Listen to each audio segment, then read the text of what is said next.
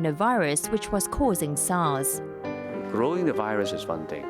Proving the relationship between the virus and SARS is another very important landmark in the workup of SARS. Yoon and his team developed an antibody test for the detection of SARS in infected patients and suggested the use of a particular antiviral drug as well as steroids to treat patients, something which experts now say is not necessary. When you cannot give oxygen to a patient, the patient is going to die, you have to consider using steroid. Now, I'm not defending it. Not everybody needs steroid. I'm not defending it, but some patients may need steroid. But now, even this, you may not need to do it.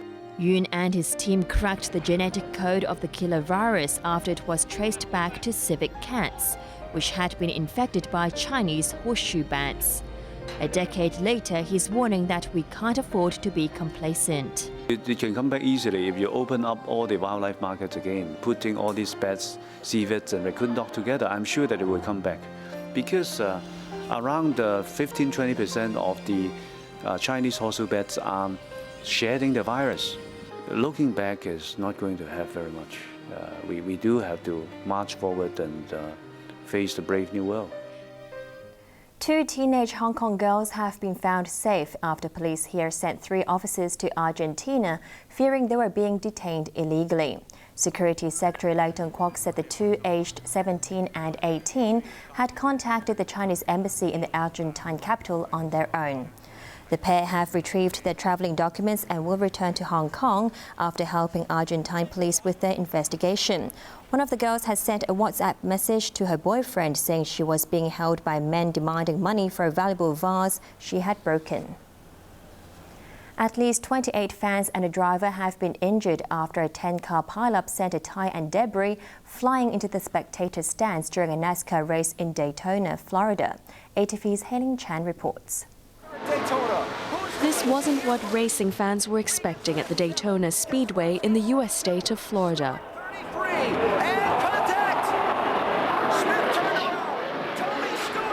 A tire from one of the cars went flying into the crowds along with all the debris.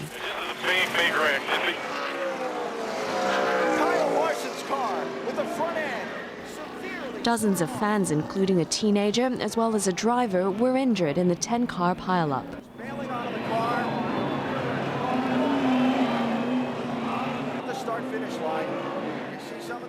First and foremost, our thoughts and prayers are with our race fans.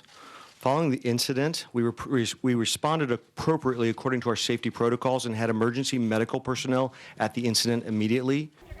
The fencing that kept the cars from the crowds was ripped open by the flying debris. And I think, we need to take the time to really study it and see what we can improve on. And if we can, certainly, the safety of our fans is first and foremost, and we'll make that happen. The race was the curtain raiser for NASCAR's top event, the Daytona 500, which is still being held despite the accident. Sports now, and it's back to the Hong Kong Marathon. Runners from Africa swept the board in the full race, and local runners did well in the half marathon and 10-kilometer race. Here's Britton Clennett. Some of the world's best runners were in town to compete in the 17th Hong Kong Marathon. As usual, the Africans wasted no time getting to the front of the pack in the main event, the 42-kilometre race. Kenya's Julius Masei was first to rip the tape at the finishing line. The 32-year-old completed the race in 2 hours, 14 minutes and 18 seconds, ahead of compatriot James Mabagwa and Ethiopia's Deribe Robi in third. It was third time lucky for Masei. Today I feel very good because I remember my first marathon near 2011. I was number 2. Then last year I was number 4. And then today actually I am very grateful to be number 1. I feel good. Ethiopia's Misika Demisi won the women's race for the second year in a row, clocking in at 2.5 hours. She's the first woman in the history of the marathon to retain the title. A lot of training for me. It's like, I'm happy.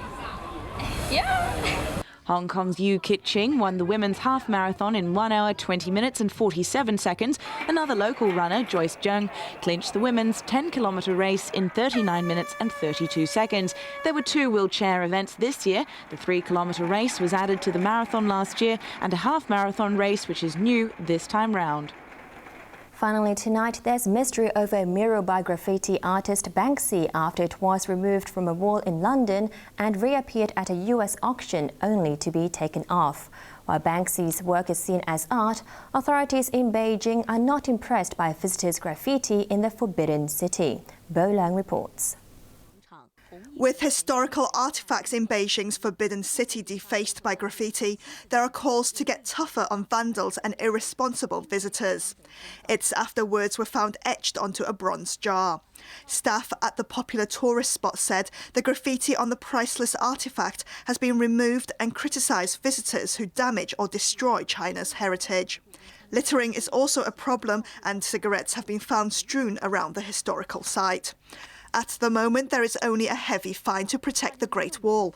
Anyone caught drawing graffiti will be fined between 10,000 and 50,000 yuan. But if they're caught defacing or destroying historical attractions elsewhere, the fine is only 200 yuan. Authorities in Britain are also dealing with graffiti, which is now considered art rather than vandalism by many.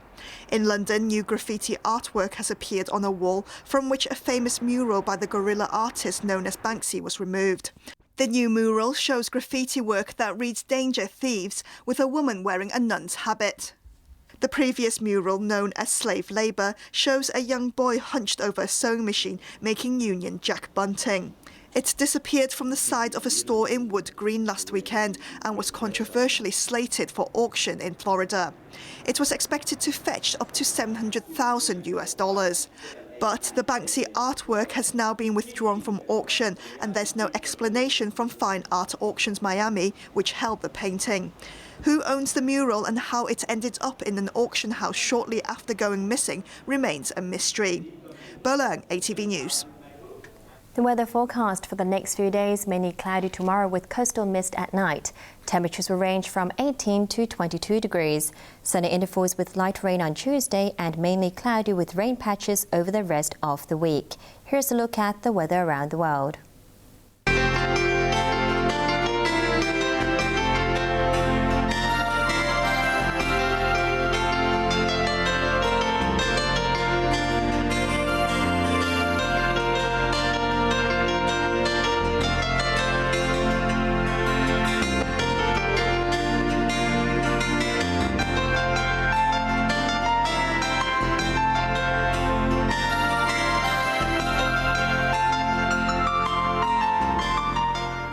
That's the news for now. Thanks for watching ATV. I'm Edna Dze. Good night.